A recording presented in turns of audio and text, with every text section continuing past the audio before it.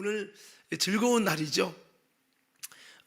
개중에는 부활절 예배를 온라인으로 드릴 수는 없다 해가지고 2주 연기한 교회들도 있더라고요. 자, 우리 화림교회는 그냥 진행을 하지만 오늘 혹시라도 못 오신 우리 온라인 예배를 드리는 분들도 계실 텐데 다시 한번 오늘 이 부활의 기쁨을 여러분 다시 한번 나누면서 여러분 우리 속에 위축됐던 믿음도, 위축됐던 예배도, 위축됐던 삶의 모든 것들이 이제 다시 회복되고 여러분 정상으로 돌아올 수 있는 은혜가 열리기를 주의 이름으로 축복합니다. 자, 오늘 말씀의 제목 한번 따라와 볼까요? 믿음 회복. 뭐 회복이라고요? 자, 오늘 그렇습니다. 그래서 부제는 전인적 회복이라고 하는 전인적 회복을 이루자, 이런 제목을 가지고 누가복음 24장 13절에서 35절 말씀을 가지고 함께 은혜를 나누려고 합니다. 오늘 본문의 말씀은 우리가 여러 번 많이 들었던 엠마오로 가는 제자들에 관한 말씀이에요. 근데 오늘 말씀의 이 사람들은 엠마오로 가기 전에는 소망의 예루살렘에 있었어요. 뭔가 기대를 가지고 있었습니다. 이스라엘의 회복을 꿈꾸면서 뭔가 참된 소망을 갖고 예수님을 따르던 제자들이었어요. 그런데 이제 그들은 뭔가에 낙심해서 믿었는데 안 됐어, 다 끝난 거야. 그러면서 뭔가에 낙심해서 이제는 삶의 자리인 엠마오로 내려가는 근심에 잠긴 사람들이었습니다. 예수님을 믿고 예루살렘에 있었다가 다시 엠마오로 내려가는 그 모습이 혹시는 내가는 아닌지, 나도 뭔가 교회가 기대를 갖고 예배의 기대를 갖고 신앙의 기대를 갖고 뭔가 여러분 하나님을 찾고 예수님을 쫓고 나아가다가 뭔가 기대를 잃어버려서 다시 내가 생각했던 삶의 자리, 그 엠마오로 내려가고 있는 절망의 근심에 붙들려 근심이 나를 끌고 가는 그 제자가 내가는 아닌지를 한번 곰곰이 돌아다보면서 이들이 다시 부활의 주님을 만나면서 놀라운 회복을 갖게 되고, 다시 한번 그들이 잃어버린 기대와 소망과 잃어버린 여러분 하나님의 비전을 가지고 기쁨으로 다시 예루살렘에 올라가게 됐던 이런 전인적 회복의 이 비결을 함께 나누면서 은혜도 받을 뿐만 아니라 저와 여러분들도 다시 한번 이 엠마오로 가던 그들이 회복됐던 이 비결을 통해서 우리도 또 다시 한번 회복되고 다시 한번 우리의 삶의 방향성이 아름답게 세워질 수 있는 저와 여러분 되어지기를 주님의 이름으로 축원합니다. 자, 오늘 저는 이 말씀을 나누면서 이렇게 전하려고 합니다. 먼저 본문을 통해서 좀 은혜가 됐던 부분들을 찾아서 같이 좀 은혜를 나누면서 동시에 이 속에서 숨겨진 회복의 비밀들을 함께 나누려고 합니다. 자, 오늘 성경의 말씀에 보니까 이들이 어떻게 해서 여러분 내려가다가 방향을 전환하고 기쁨으로 예루살렘에 여러분 그러니까 처진 모습으로 내려가다가 예루살렘에 올라갈 때는 막 신이 나가지고 막 기쁨으로 여러분 회복된 모습으로 전인적 회복의 모습으로 여러분 올라갈 수 있었을까? 여러분 어떻게 해서 회복이 되었죠? 예수님을 만남으로, 그죠? 부활의 주님을 만났더니 회복이 됐다. 여러분 우리가 다 아는 내용이지만 다시 한번 오늘 이곳에 있는 모든 여러분 다시 한번 어떻게 보면 여러분들 코로나의 두려움도 극복하고 이곳에 오신 여러분들인데 정부에서 날마다 여러분 단체 문자가 와요. 종교 집회를 하지 마라, 예배를 강행하지 말라, 계속 이렇게 오는데 그것을 극복하고 오신 여러분 다시 한번 여러분 주님을 만나는, 부활의 주님을 만나는 은혜로운 역사가 오늘 이 시간을 통해서 임할 수 있게 되기를 예수 이름으로 축복합니다. 한번 이렇게 외쳐볼까요? 주여! 다시 한번 주여! 내게도 찾아와 주시옵소서. 엄밀히 말하면 이들이 주님을 만난 게 아니라 주님이 그들을 찾아오신 거예요. 자, 여러분 저는 이 말씀을 보면서 부활의 주님이 찾아오심으로 이들이 회복이 됐는데 아니 어떻게 해서 이 사람들은 부활의 주님이 찾아오셨지? 본이 성경을 보니까 모든 사람에게 다 찾아온 게 아니에요. 이것은 로또 복권이 되듯이 그냥 우연치 않게 하나님이 이 사람에게 여러분 찾아와 주신 게 아니에요. 우연의 일치가 아니었다는 거죠. 자, 그래서 오늘 우리가 주님을 만나길 원하는 마음을 가지고 왜 이들에게 찾아와 주셨을까? 자, 성경을 한번 찾아보면서 그 답을 한번 찾아보기 원합니다. 자, 우리 13절부터 우리 17절까지 한번 다 같이 한번 읽어보겠습니다. 본문 13절부터 17절입니다. 시작.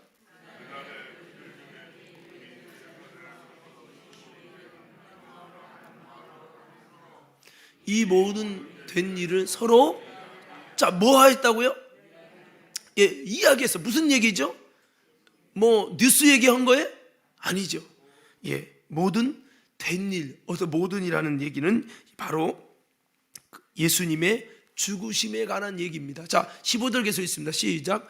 그들이 서로 이야기하며 문의할 때에 예수께서 가까이 이르러 그들과 동행하시나 그들의 눈이 가리워져서 그인지를 알아보지 못하거늘 예수께서 이르시되 너희가 길 가면서 서로 주고받고 하는 이야기가 무엇이냐 하시니 두 사람이 슬픈 빛을 띠고 머물러 서더라.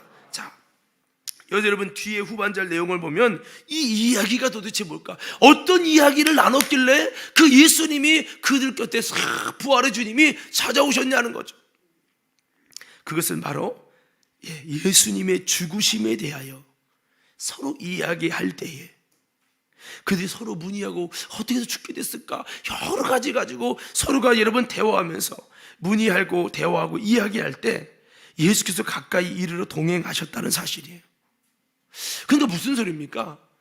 우리들은 어떻게 보면 이들의 마음속에 여러분 화제가 되어 있던 거는 다른 게 아니에요. 여러분 대부분 요즘 사람들 만나면 뭔 얘기하죠? 코로나. 뉴스도 맨날 그렇죠. 뭐 미국이 몇 명이 죽었대. 막 뭐대 막 이게 화제가 됐어요.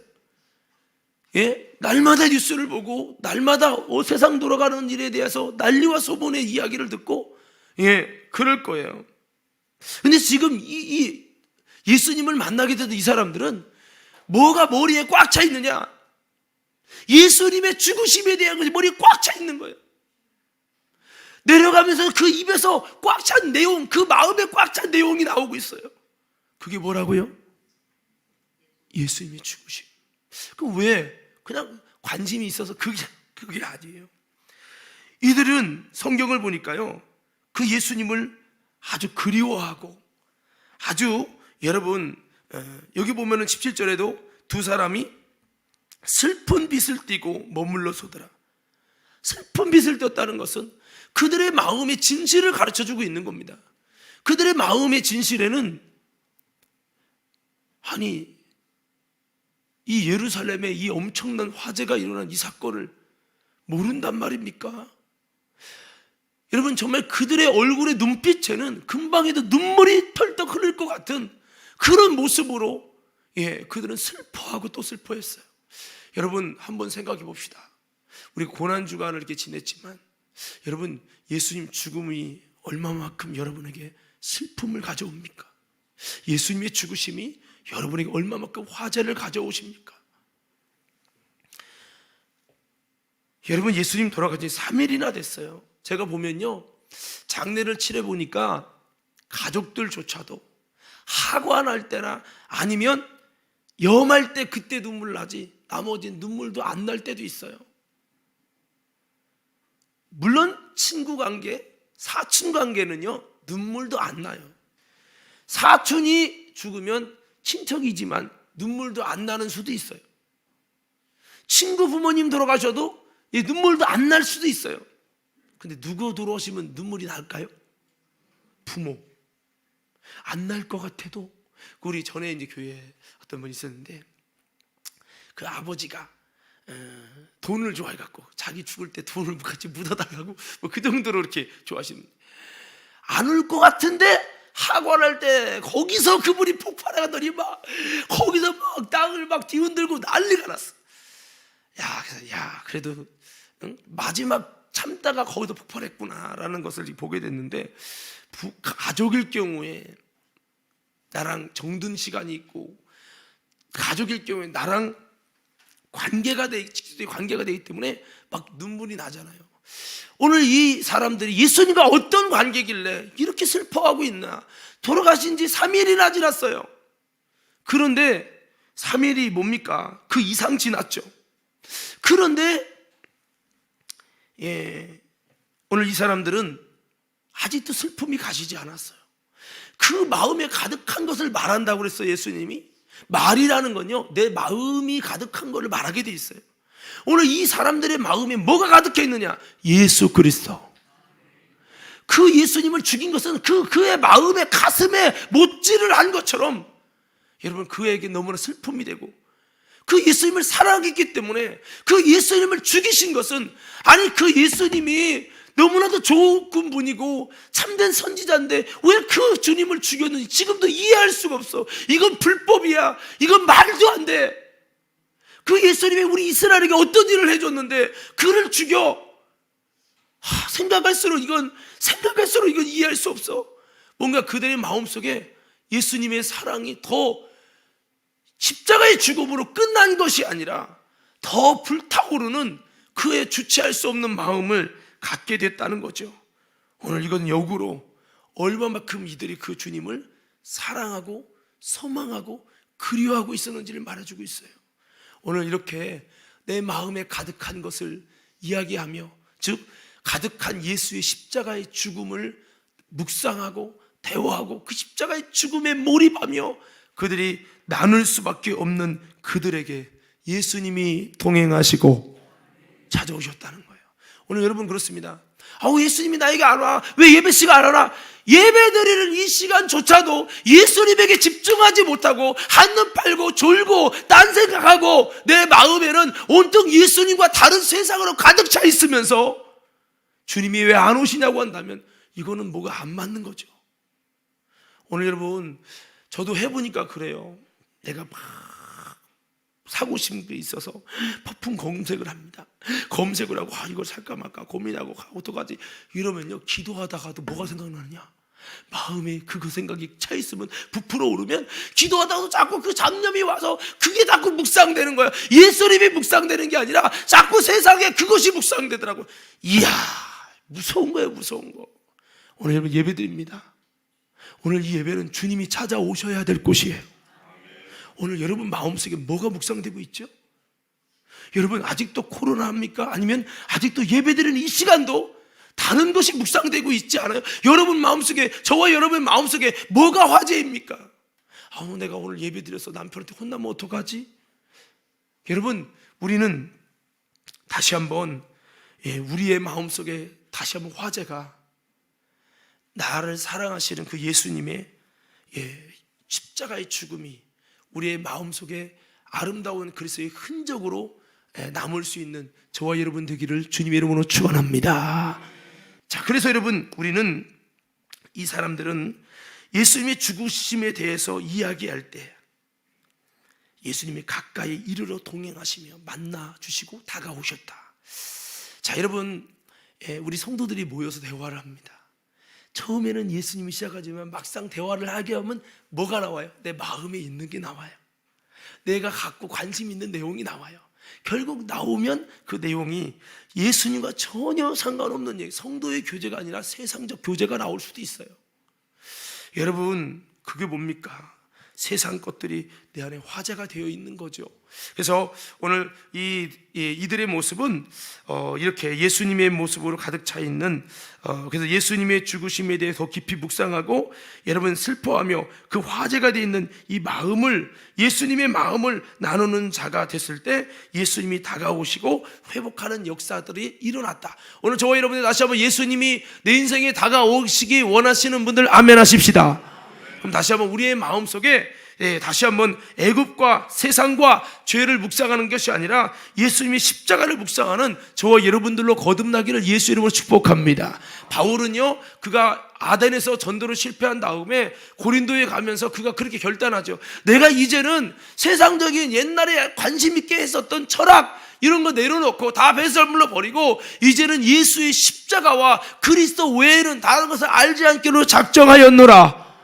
그의 마음의 묵상을 바꾸려고 합니다. 그의 마음속의 화제를, 마음속에 갖고 있는 지식을 예수로 다 십자가로만 묵상하고 중심을 바꾸려고 하는 바울의 모습을 볼 수 있습니다. 우리는 무엇을 묵상하고 있는가? 무엇을 슬퍼하고 있는가? 내가 슬퍼하는 것이 세상적인 것인가? 예수님이 돌아가신 것인가? 내 가슴에 예수 그리스도의 고난의 흔적이 있는가? 여러분, 사람이요 정말 슬픈 일을 당하면 그것이 가슴에 흔적으로 남아요. 그리고 잊혀지지 않아요. 다시 잊어버릴 수가 없어요. 저도 잘 건망증이 심하거든요. 근데 뭐는 안 잃어버리냐? 마음이 상처가 되는 거나 아니면 영적인 하나님의 꿈을 꾼 거나 그거 안 잃어버려요. 하나님이 주신 감동들은 안 잃어버려요. 여러분, 우리에게 뭐가 기억되어 있나요? 어떤 것이 슬픔으로 기억되나요? 상처? 나를 힘들게 했던 거?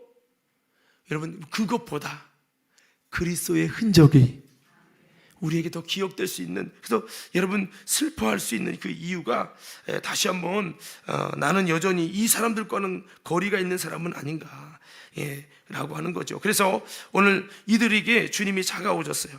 그렇지만 그들은 여전히 눈이 가리워져서 그인 줄, 예수님인지 알아보지 못했다고 했어요.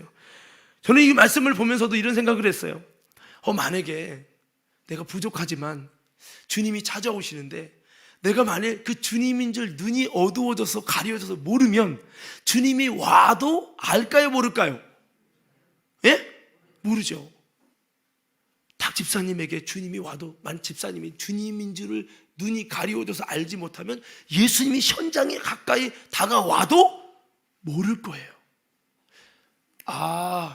어쩌면 우리의 삶에 예수님이 안 오신 게 아니라 그 주님을 볼 수 있는 눈이 어두워져서 보지 못하는 것은 아닌가 생각해 보며, 오늘 우리의 삶의 현장에 상당수 우리가 이런 마음을 가졌을 때 주님이 다가왔는데 내가 보지 못한 것은 아닌가, 우린 돌아보면서 다시 한번요 우리의 눈이 열려질 수 있는 에바다가 있기를 예수 이름으로 축복합니다.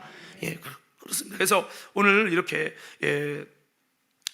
주님 십자가를 묵상하며 대화를 나눌 때 그 정도로 마음에 예수님을 그리워하고 사모함과 사랑함이 넘치는 그들의 마음 속에 주님은 찾아오실 수밖에 없었고, 바리새인 서기관 장로들이 안 찾아왔지만 오늘 이렇게 주님을 그리워하고 사모하고 사랑하는 자에게 주님은 찾아오셨던 걸 기억하면서 오늘 우리 마음속에 예수님을 더 그리워하고 주님 만나고 싶어요, 내가 주님을 만나길 원하는 간절한 여러분 소망들을 가지고 내 마음속에 그것이 화제가 돼서 입이 열면 내 마음의 속에 있는 예수님을 만나고 싶은 삭개오 같은 그림과 주님을 못 만난 것 때문에 아쉬움이 넘쳐나서 주님이 여러분의 인생에 찾아와 주시는 은혜가 있게 되기를 예수 이름으로 축원합니다. 그렇습니다. 자, 그리고 오늘 성경을 보니까 또 은혜가 되는 부분이 뭐냐면 18절부터 24절인데요 이들의 모습을 보면서 이런 생각을 하게 됐어요. 18절부터 24절 한번 다 같이 읽어볼까요? 시작.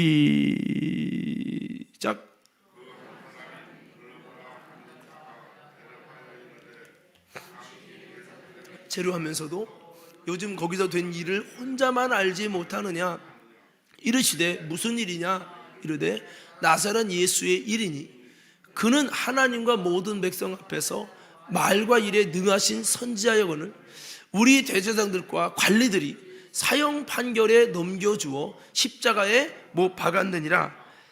우리는 이 사람이 이스라엘을 속량할 자라고 바랐노라. 이뿐 아니라 이 일이 일어난 지가 사흘째요. 또한 우리 중에 어떤 여자들이 우리로 놀라게 하였으니 이는 그들이 새벽에 무덤에 갔다가 그의 시체는 보지 못하고 와서 그가 살아나셨다 하는 천사들의 나타남을 보았다 함이라. 또 우리와 함께 한 자 중에 두어 사람이 무덤에 과연 여자들이 말한 바와 같음을 보았으나 예수는 보지 못하였느니라 하거늘. 자, 보세요.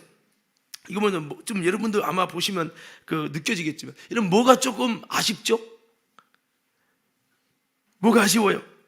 자, 여기 보니까 저는 이걸 보면서 뭔가 2% 부족한 신앙인들의 사람들이었구나, 또 이것이 우리의 모습은 아닌가라는 생각을 해봤어요. 무슨 말입니까? 분명히 예수님이 찾아오실 만큼 주님을 사랑하고 그리워하고 정말 그 마음속에 예수가 화제가 되고 예수의 십자가로 꽉 채워져 있어 그것을 말할 수밖에 없어요. 시간이 지나도 그게 더 밀려와서 말할 수밖에 없는 사람이었기 때문에 예수님이 찾아오시기까지 했어요. 근데 내용보다 보니까 좀 아쉬운 게 있죠. 예? 너 당신은 어떻게 예루살렘 살면서 그것을 모릅니까? 이건 누구나 예루살렘 살면 다 아는 얘기인데, 그러면서 하는 얘기가 뭐라고 합니까? 19절에 나사렛 예수의 일입니다. 그러면서 그는 하나님과 모든 백성 앞에서 말과 일에 뭐한 자라고요? 능하신 뭐라고요? 물읍시다. 예수님의 선지자예요? 예? 이게 좀 참 주님을 사랑하고 그리워하는 건 좋아. 근데 이게 예수님은 선지자로 하네. 예수님이 오셔서 이 모습 볼 때 어땠을까요? 괜찮아 했을까요? 좀 씁쓸하지 않았을까? 그래서 이들의 모습이 좀 살짝 아쉬운 모습이 있는데요. 예수가 선지자로 알았다는 거예요. 그리고 21절에 보니까 우리는 이 사람이 이스라엘을 구속할 자라고 바랐노라. 이뿐 아니라 이 일이 된 지가 사흘째. 바랐는데 기대했는데 안 됐다 이거야. 아유, 기대했는데 안 됐어. 여러분, 좀 이거 보면서 아쉬움이 있어요. 좀 끝까지 좀 믿지. 여러분 보세요. 예수님이 이가 기대했던 사람이 아니에요? 여러분, 이들이 그랬잖아요. 이 예수님이 이스라엘을 구속할 자라고 메시아라고 여겼는데 안 됐다 이거예요. 그래서 기대했는데 안 돼서 슬프다 이거예요. 그럼 물어봅시다. 예수님이 그들이 기대한 메시아가 아닌가요? 맞죠. 좀 이거 보면서 뭐가 아쉬운 점이 있어요? 뭐가 아쉽습니까? 좀 끝까지 좀 믿지 좀. 아멘 합시다. 지금도 이런 분들이 분명히 있을 거예요. 좀 끝까지 믿어야 되는데 교회에 대해서, 신앙에 대해서, 예수 따라가는 것에 대해서, 충성에 대해서, 십자가 지는 것에 대해서, 진리를 따르는 것에 대해서 좀 끝까지 믿음을 갖고, 그런데 조금 적당하게 가다가 아이고 아닌가 봐, 교회 다니다가 에휴 아닌가 봐.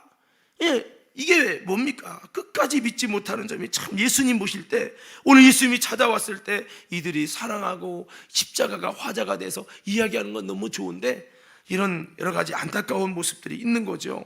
그리고 22절에서 24절 말씀에 보니까요, 그들이 입으로 말해요. 아유, 예수님 그분한테 아이고, 그리고 참 이것도 슬퍼 죽겠는데 아니 어떤 여자들이 그 예수님 돌아가신 다음에 찾아갔다잖아. 찾아갔는데 거기서 뭐 천사의 말을 들었더라. 예수가 살아났다고.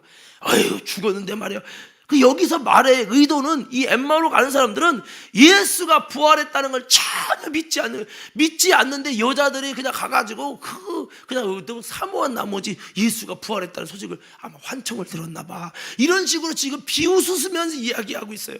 그런 여자들 말 때문에 더 혼돈스럽고, 또 어떤 사람은 또 그 제자들이 또 그래서 여자 말 듣고 찾아가가지고 봤는데 진짜로 예수님이 부활한 것 같다고, 예수는 못 봤는데 부활한 것 같다고, 그런 자들이 있어갖고 우리 제자들끼리도 말이요, 아주 혼란스러워. 나는 그래서 그냥 엠마로 내려가는 거야 라는 식의 억양으로 말할 때 이 말이 뭐예요? 부활에 대해서 제대로 믿지 못하는 이 모습을 볼 때 이들을 막상 주님이 찾아와 주시고 만나 주셨는데 여전히 씁쓸한, 뭔가 2% 부족한 이런 좀 모습을 이제 보게 되는 거죠. 자, 우리 여러분 5절 한번 다시 한번 봐요. 25절 한번 봐요. 25절 시작. 이런 모습에 대해서 예수님이 막 칭찬하는지 한번 보세요. 25절 시작.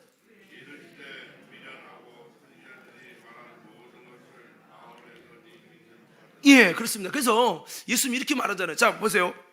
그러니까 왜 2% 부족하다니? 먼저 첫째는 아까 정리하면 예수가 선지자로 알았다는 점.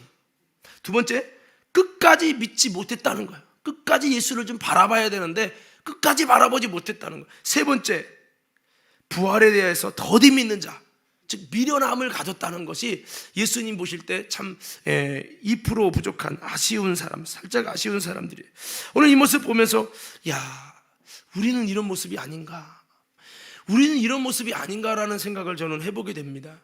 오늘 우리 과림교회 성도들이 주님이 다가오셨을 때 아쉬운 사람이 아니라 주님 다가오셨을 때 여러분 가까이 보면 볼수록 더 믿음이 가고 더 주님의 기쁨이 되어지고 가까이 다가오니까 더 여러분 빛나는 사람이 되기를 예수님 이름으로 축복합니다. 그래서 여러분 우리는 어떤 사람이 되게 됐습니까? 주님이 가까이 내게 오셔서 내 말을 들어보니까 믿음 있는 줄 알았더니 아니네. 가까이서 보니까 씁쓸하네. 이렇게 되면 안 되겠죠. 자, 그래서 저는 여러분 이런 부탁을 드리고 싶어요. 오늘 이 사람들의 주님이 볼 때 참 안타까운 모습은 예수님에 대한 이해가 올바르지 않았다는 거예요. 오늘 이곳에 예배드리는 성도 여러분, 예수님의 이해가 올바로 세워지기를 주의 이름으로 축원합니다. 오늘 이 중에 예수님은 하나의 선지자고 예수님은 대단한 여러분 능력을 행하시는 어떤 분으로 성인 군자로 여긴다면 오산입니다. 예수는요 하나님이십니다. 예수는 그리스도십니다. 예수는요 죽음을 이기신 우리 인간은 다 죄 안에 묶여 있어요. 문선명이도 이만희도 다 죽고 죽음에서 일어나지 못해요. 그런데 죄 없으신 분이요 인간이 다 모든 사람이 죄를 범하고 모든 사람은 죄값이 사망에 붙들려 있는 인생인데 예수님은 이 사망을 이기시고 죄가 없으심으로 하나님께서 그 예수님이 바로 하나님의 아들이신 것을 증거하시고 로마서 1장 4절에 보면 성결의 영으로는 바로 그 예수님께서 의로우심을 증거하셨다고 말씀하고 있어요. 들어보세요. 성결의 영으로는 죽은 가운데서 부활하여 능력으로 부활을 통해서 능력으로 하나님의 아들로 인정되셨으니 곧 우리 주 예수 그리스도시라. 예수님은 부활을 통해서 이는 너희들과 같은 선지자가 아니고 하나의 인간이 아니다. 모든 인간은 죄를 범해서 죄 가운데 붙들려서 죄값이 사망에 붙들려 있지만 이 예수는 전에도 없었고 후에도 없었고 다 일회적 사건으로 이 사람이면서도 하나님이시고 메시아요 너희에게 약속한 하나님의 아들이요 그리스도요 너희를 구원할 구세주이심을 증거하는 바로 이 부활을 통해서 너희랑은 다른 분이야라는 것을 하나님께서 부활을 통해서 능력으로 증거하시고 그랬단 말이에요. 그래서 우리는 예수님에 대한 이해를 좀 바꿔야 돼요. 선지자쯤 믿으면 안 돼요. 예수님의 공생의 3년만 동안 그렇게 이적을 해가고 능력을 해가고 오병이어를 먹이시고 수많은 역사를 했는데도 이 제자들은 예수님은 사랑했지만 예수님의 이해는 여전히 선지자로 여겼어요. 저는 안타까운 게 이랬어요. 교회 다니면서 그렇게 말씀 듣고 성령 체험도 했는데 이런 분들이 있어요. 그러게 목사님 죽어봐야 알지 천국 지옥이 있을까요? 이런 분들이 있어요. 이게 뭡니까? 이 사람들이랑 똑같은 사람이에요.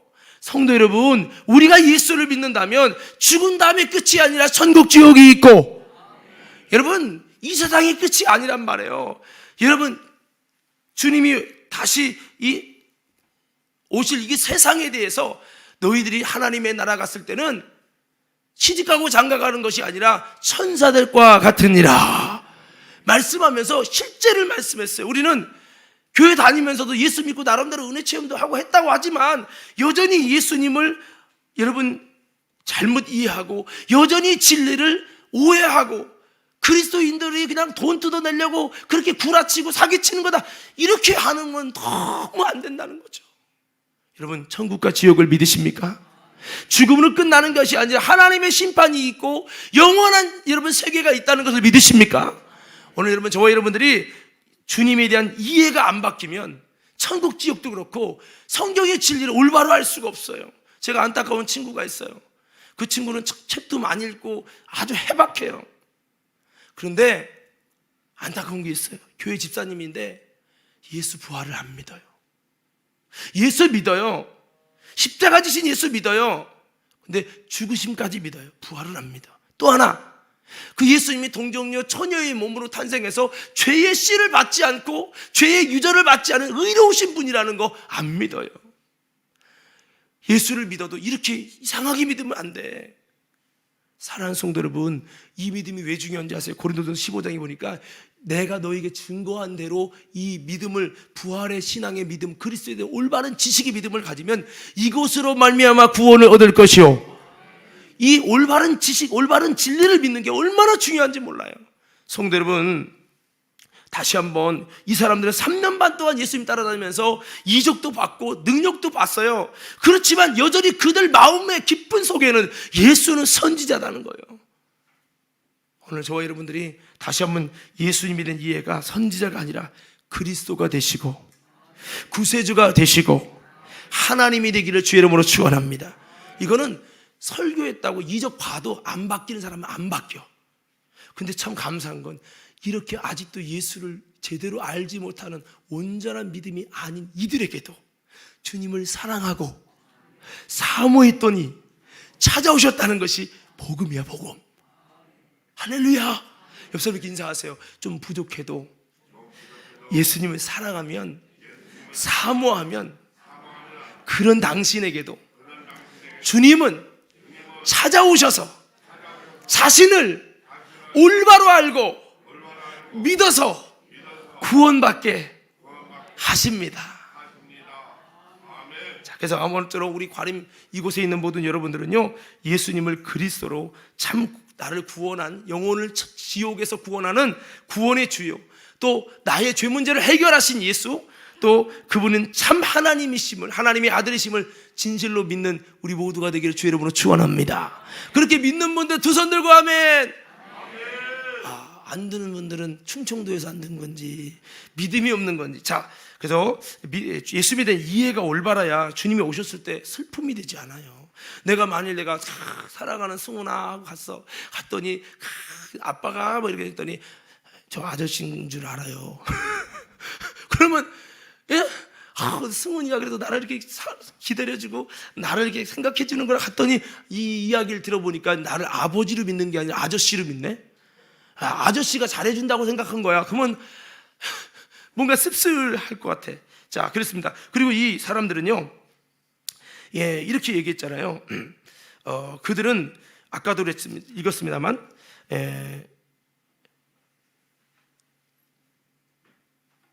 21절에 우리는 이 사람이 이스라엘을 구속할 자라고 바랐노라. 지금 메시아라는 얘기죠. 메시아로 바랐는데 아니었다는 거예요. 예, 보세요. 믿음은 바라는 것이라고 말할 수도 있지만 믿음은 바라는 게 아니라 실상으로 믿어야 돼요. 자, 이번 잘 들으세요. 한번 따라해볼까요? 믿음은 바라는 것이 아니라 실상으로 믿어져야 된다. 잘 보세요. 여러분, 무슨 말입니까? 바라는 것이라는 건 자신의 소망에 대한 투여예요. 예수님이 그리스도였으면 좋겠다. 예수님이 하나님의 아들이었으면 좋겠다. 바라는 소망에 대한 투여예요. 그 실상을 믿는 게 아니죠. 바라는 것이 아니라, 믿음은 바라는 것이 아니라 실상으로 믿어야 된다. 자, 보세요. 천국이 있기를 바라는 게 아니에요. 이건 믿음이 아니에요. 천국이 있다는 실상을 믿는 게 믿음이에요. 자, 물어봅시다. 천국이 있다고 믿지. 그래야 마음 편하고 얼마나 좋겠어. 그 말은 실제로는 안 믿어. 근데 천국이 있다고 믿어보는 거지 뭐. 그냥 바라는 거야. 예수님이 그리스도라고 믿는 것뿐이지 진짜 믿는지 진짜인지 아닌지를 안 믿어줘. 그냥 그렇게 바라고 투여할 뿐이야. 여러분, 믿음은 내가 자신의 소망에 대한 투여가 아니에요. 근데 이런 신앙이 있다고요. 믿음은, 이 사람들이 안타까운 거는 믿음은 바랐어요. 예수가 그렇게 그리스도이기를 바란 거지 예수가 그리스도라고 믿은 게 아니에요. 지금도 그런 성도 있어요. 천국이 있으면 좋지 뭐. 얼마나 좋은 얘기야 다. 그래, 예수님 때문에 죄사함 받는다고 믿어지진 않지만 그렇게 바라지 뭐. 그렇게 주님이 씻어줬다고 믿지 뭐. 이렇게 바라는 거예요. 바라는 거는 믿음이 아니에요. 진짜 우리는 진짜 있는 실상을 믿는 것이 믿음이에요. 여러분, 부활을 믿습니까? 성도의 부활을 믿습니까? 부활했다고 믿지. 예수님 부활했다고 믿어야 더 좋지. 마음도 편하고 좋지 않겠어. 믿어지지 않지만 억지로 소화시켜봐. 이게 아니에요, 이게.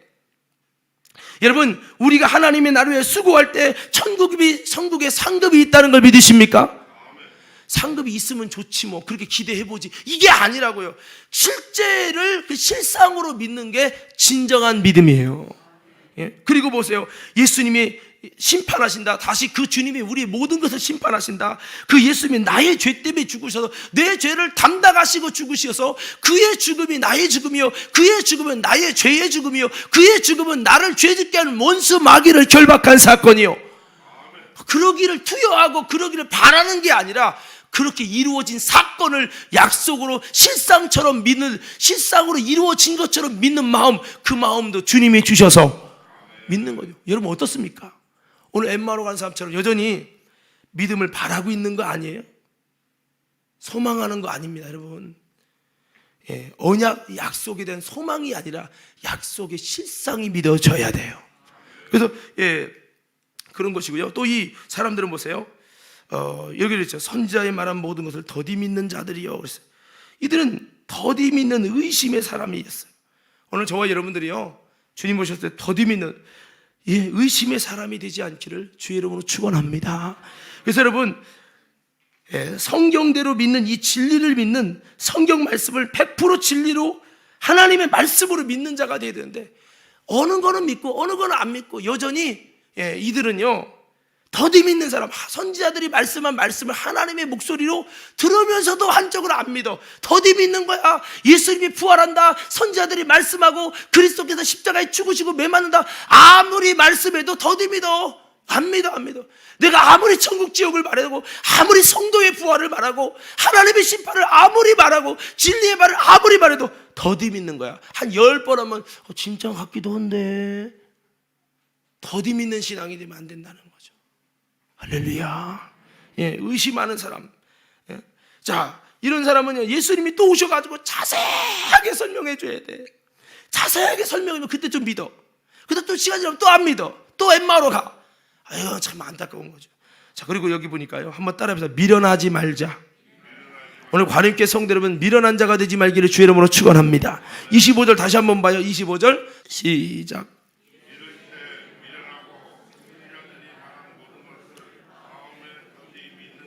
자, 여기서 미련하단 말이 뭐냐? 이 반대 용어로 생각하면 쉬워요. 미련한 말은 깨달음이 없다는 얘기예요. 미련함이 반대다는 깨달음이에요. 그러니까 여기서 말하는 깨달음은 뭐냐? 26절 발리 읽어봐요. 이것에 대한 깨달음이 없다는 거예요. 26절 시작. 그리스도가 이런 고난을 받고 자기의 영광에 들어가야 할 것이 아니냐 하시고, 이에 모세와 및 모든 선지자들의 글로 시작하여 모든 성경에 쓴 바 자기에 관한 것을 자세히 설명하시라. 자기에 관한 건 뭐예요? 인자가, 그리스도가 우리를 위해 십자가에 죽으시고 고난을 받은 다음에 자기 영광에 들어가서 부활하심으로 인해서 우리를 향한 하나님의 약속을, 구원의 역사를 이루실 것이다. 이게 선지자의 글에 기록됐는데, 그렇게 예수님이 설교했고 3년 반 동안 가르쳤어요. 그런데 돌아가시고 나니까 뚜껑 열어보니까 안 믿는 거야. 깨닫지를 못한 거예요. 미련해서 못 깨닫는 거예요. 그 뭡니까? 이 깨달음이 없다는 말은 바로 그리스도는 고난받고 죽으심으로 자기 영광에 들어가야 된다는 이 사실을 못 깨닫는 거예요. 여러분, 예수님께서는 몇 차례 그들에게 말씀했어요. 그리고 그게 바로 그리스도께서 죽으시고 다시 사는 거, 그걸 몇 번이나 예고하면서 그것이 바로 참 메시아의 길이라고 얘기를 했는데, 계속 미련해서 그걸 못 깨닫는 거죠. 그러면서 그리스도는 꼭 고난받고 죽어야만 하는가? 그리스도는 고난을 안 받아야 되는 거 아닌가라는 내 고정관념이 꽉 차가지고 그것을 안 내려놓고 믿으려 하지 못하고 분별이 안 되는 거죠. 미련하면요, 아무리 말해도 믿지도 못하고 깨닫지도 못한다는 거예요. 가룟 유다 보세요. 겉으로 똑똑해요. 돈 돌아가는 걸 얼마나 똑똑하고 잘 깨닫는지 몰라요. 근데요, 예수님의 진리를 믿지 못하고 깨닫지 못하는 미련함이 그에게 있어요. 여러분, 과림교회 성도들이, 여러분, 진리를 믿지 못하는, 깨닫지 못하는, 아무리 예수님이 3년 반 동안 설교하고 가르쳤는데도 이적을 보는데 그때 순간은 그런가 하다가도 지나면 또 뚜껑 열면 여전히 그것을 못 깨달았어. 진리를 알지 못해. 이렇게 됐을 때 주님은 미련하다는 거예요. 오늘 우리 성도 여러분, 미련하지 맙시다. 더 크게 아멘 하셔야 돼요. 성도 여러분, 미련하지 맙시다. 이 말은 깨달을 수 있는 신앙이 되는, 주님이 하신 말씀에 여러 번 반복 안 해도 깨달을 수 있는 신앙, 할렐루야, 그런 믿음이 되어야 된다는 거죠. 그렇습니다. 십자가 지는 것을 미련하게 받아들인 베드로는 그리마옵소서 그랬죠.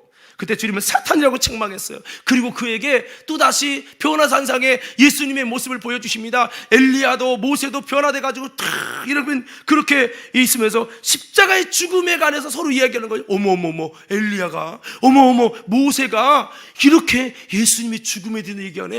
야, 근데 예수님의 죽으심이 초라한 줄 알았더니 이렇게 영광스러운 모습이네.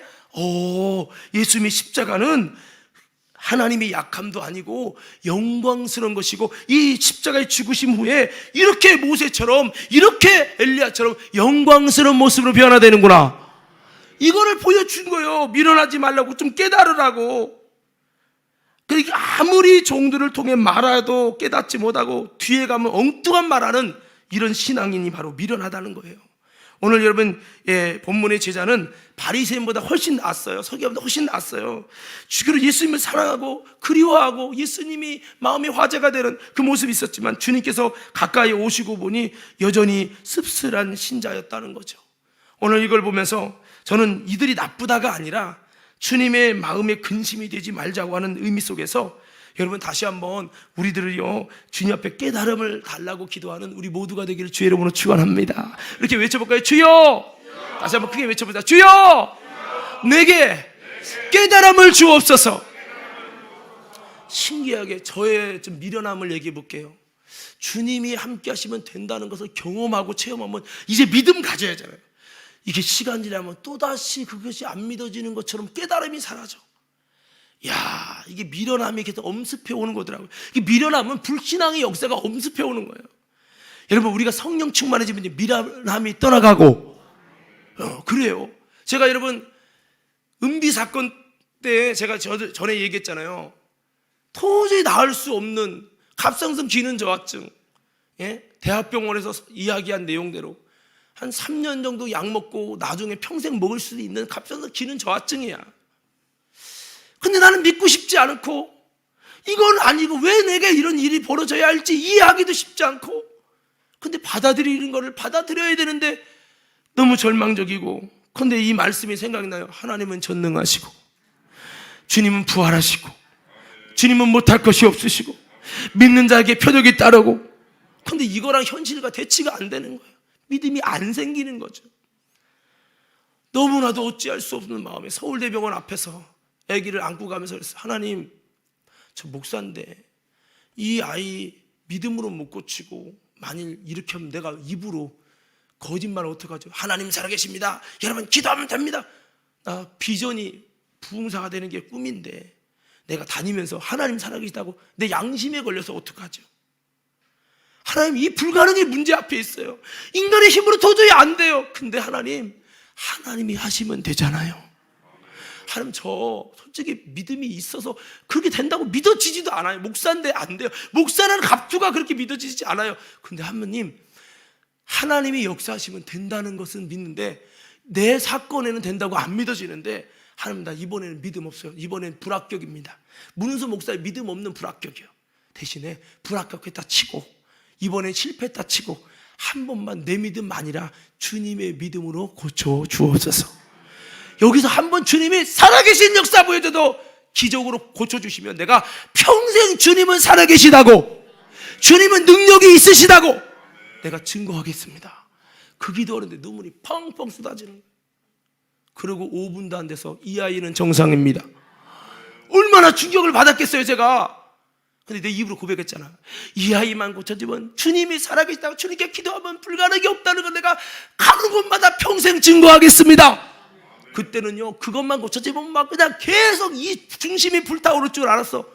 근데요, 그 다음에 1년, 2년 뒤에도 문제를 만나니 고쳐진다는 믿음이 잘 안 생겨. 이게 믿음, 이게 미련함이야, 미련함. 주님의 진리가 머리로 알아지면서 현실에 적용이 안 되는 거야. 성도 여러분, 주여, 주님의 진리가 삶의 자리에 오면 배운 것 같은데, 들은 것 같은데 아무 효력을 발휘할 수 없는 미련함이 되지 않게 하여 주옵소서. 다시 한번 외쳐보자. 주여, 내게 참된 깨달음을 주옵소서. 자, 그렇습니다.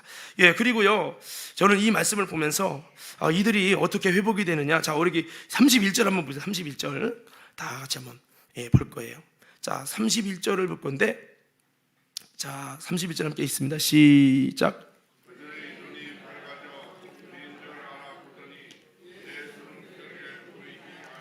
자, 보세요. 예수님이 그들 가운데 동행하면서 대화를 계속 주고받습니다. 처음에는 그들이 말합니다. 이것도 몰라 그러면서 이야기하다가 이제 누가 말합니까? 아이고, 더디 믿는 자들, 그러면서 주님이 막 이제 쏟아부시고 얘기하고 성경에 대해서 다 그리스도에 약속하지 않았냐고. 그러면서 왜 당신들은 선지자 말한 걸 안 믿고 여인들이 말한 걸 왜 안 믿냐고, 왜 이렇게 더디볍고 의심이 많아? 라면서 여러분 그 지나가는 행인이 막 토해냅니다. 저 바뀌었어요 지금. 예수님에 대해서도 몰라? 그 예수님은 이런 분이에요. 그러면서 막 한참 얘기하더니 오히려 거꾸로가 됐어요. 예수님 그 지나가는 분이 엄청나게 설명을 하시면서 성경을 쫙 풀어줘요. 그러다가 이제 날이 이제 어두워지니까 아이고 우리 쉬었다 갑시다, 밥 먹고 갑시다. 그리고 주막에 이제 들어가죠. 그래서 여러분 그냥 가시려고 그러는데 억지로 잡아가지고 여러분 식사를 하면서 아이고 보니까 성경에 우리보다 잘 알고, 아이고 좀 말씀도 그렇게 잘하는지, 아이고 기도를 우리가 해줄 게 아니라 식사 기도 당신이 좀 하셔 해갖고 예수님이 식사 기도를 합니다. 식사 기도를 하고 감사 기도를 하고 떡을 떼어주는데 그들의 눈이 열렸어. 열리니까 누구요? 예수님인 거예요. 예수님. 자, 이걸 보면서 느낀 게 있어요. 어두워진 신앙이 되지 말고 주께서 밝아지게 하신 인생이 되자. 어두워진 인생은 회복이 어렵지만 밝아지면 회복되는 거예요. 오늘 이 사람들은요, 어떻게 눈이 밝아졌습니까? 예수님, 빛 대신 예수님이 다가오셨어요. 오늘 저와 여러분이 어떻게 밝아질까요? 교회 왔다고 밝아지는 게 아니에요. 예배 드렸다고 밝아지는 것이 아니에요. 빛 대신 예수님이 다가오셔야 돼요. 오늘 여러분 그 예수님께서 오셔서 무슨 일을 했습니까? 무슨 일을 했더니 그들이 밝아졌습니까? 바로 성경에 대하여, 그리스도에 대하여 자세하게 설명해 줬어요. 여러분 복음에 대해서, 그리스도에 대해서, 성경에 대해 자세히 말씀을 들으시기 바랍니다.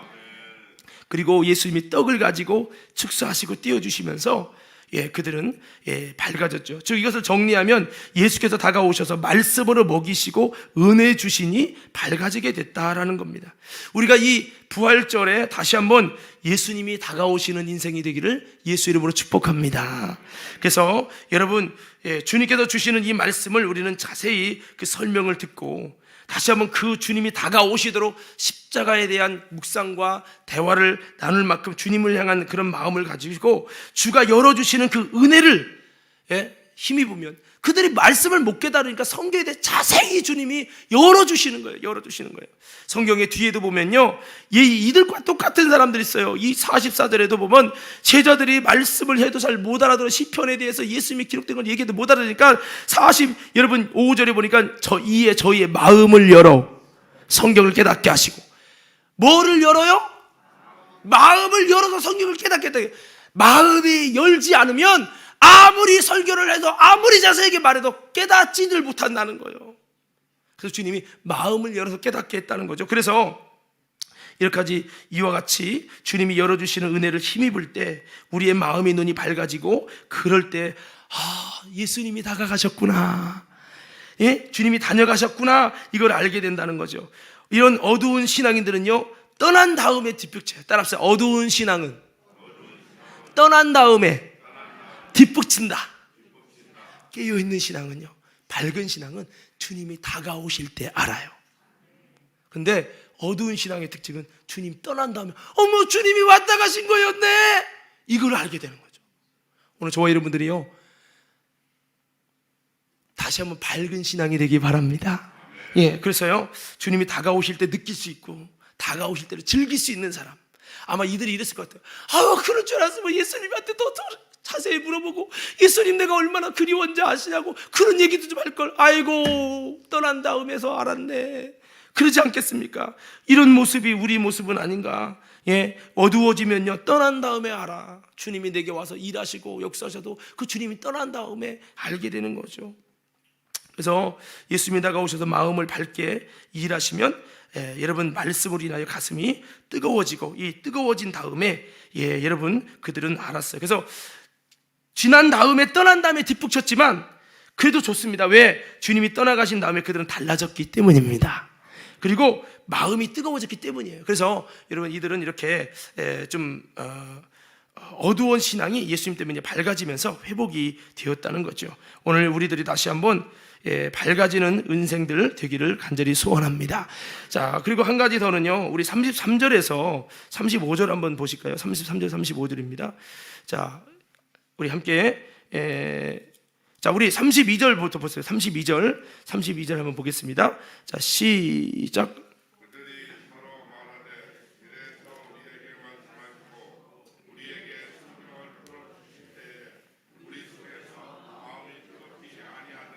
자, 잘 보세요.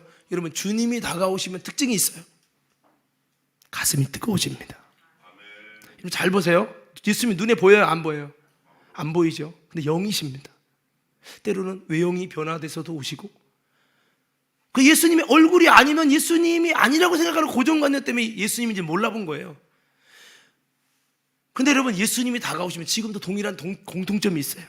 여러분, 가슴이 그냥 그 코로나 걸려서 뜨거운 거 말고, 아파서 뜨거운 거 말고, 운동해서 뜨거운 거 말고 하나님의 영으로 뜨거워져요. 그럼 뭡니까? 여러분, 뭐를 느껴요? 만약에 오늘 말씀 듣는데 내가 오늘 기도하는데 막 가슴이 이렇게 뜨거워져. 이게 왜지? 주님이 오신 거예요. 이거 아셔야 돼요. 요한에스 목사님이 수요일날 예배 드리는데 마틴 루터의 로마서 1장에 있는 주석 얘기를 들었는데 그의 가슴이 뭔지 모르게 뜨거워졌다는 거예요. 이 말은 뭐예요? 그의 가슴에 예수님이 찾아오신 거예요. 오늘 이 사람들은 이제서 알았어요. 지난 다음에, 떠난 다음에, 그래, 그 말씀 들을 때 우리 가슴이 뜨겁지 아니하더냐. 할렐루야. 여러분, 이런 경험이 있습니까? 내 가슴이 뜨거워지는, 돈 버는 게 뜨거워져요. 이거 말고, 여러분, 그렇습니다. 그래서 우리는 다시 한번, 여러분, 주님이 오시면 내 마음이 밝아지고 총명해지면 더 나아가서 가슴이 뜨거워진다. 그래서 우리는 그런 주님을 만나는 그런 은혜가 지금 또 우리의 삶의 현장에도 계속되길 바라고요. 자, 우리 33절부터 계속 35절 보겠습니다. 33절부터 35절 시작.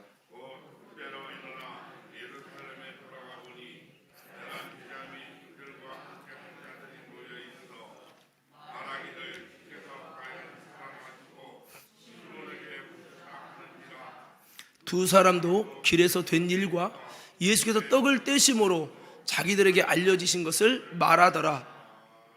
자, 여기 보면요, 이들이 예수님의 부활을 만나서 뭐가 먼저 회복됐죠? 믿음. 뭐가 회복됐다고요? 예. 이 믿음이 회복되기까지는 뭐가 있었죠? 예수님에 대한 이해가 잘못된 것이 선지자가 그리스도로 지금 이해가 바뀌고 있죠. 그 예수님에 대한 지식이 바뀌고 있어요. 이해가 바뀐 거죠. 그리고 성경을 풀어주면서 자세히 들으면서 그러네, 성경적으로 보니까 예수가 선지자가 아니고 그리스도네. 그러네, 성경의 메시아는 나를 위해 십자가에 죽으시고 다시 사는 것을 약속하고 있었네. 그러면서 여러분, 성경적으로 말씀이 믿어지면서 그의 속에 믿음이 회복되어지고, 믿음이 회복된 다음에 이제는 엠마오가 아니라 그들이 사명의 자리, 가슴이 뜨거워지면 사명의 자리 예루살렘을 올라갔죠. 예루살렘에 올라가서 만난 주님을 증거했을 때, 그가 만난 주님을 증거할 때에 그들은 온전히 회복되고 예수님의 부활의 증인이 되었다는 사실입니다. 그러니까 이거죠. 1단계는 믿음 회복이에요. 말씀을 통해 믿음 회복이고, 두 번째는 뭐예요? 예수를 증거하는 거예요. 증거. 할렐루야. 뭐라고요? 자, 여러분 잘 생각해 보세요. 만약 그들이 예수님을 만났어요. 뜨거움을 경험했어요. 감동을 받았어요.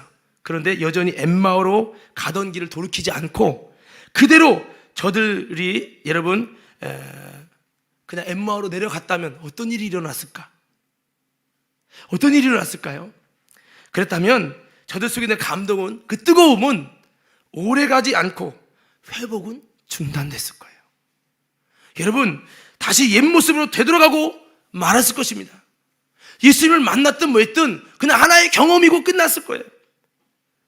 여러분, 내백의 회복의 역사가 일어나거든 과감히 결단하며 주님의 부르심을 따라 가기를 주의 이름으로 축원합니다.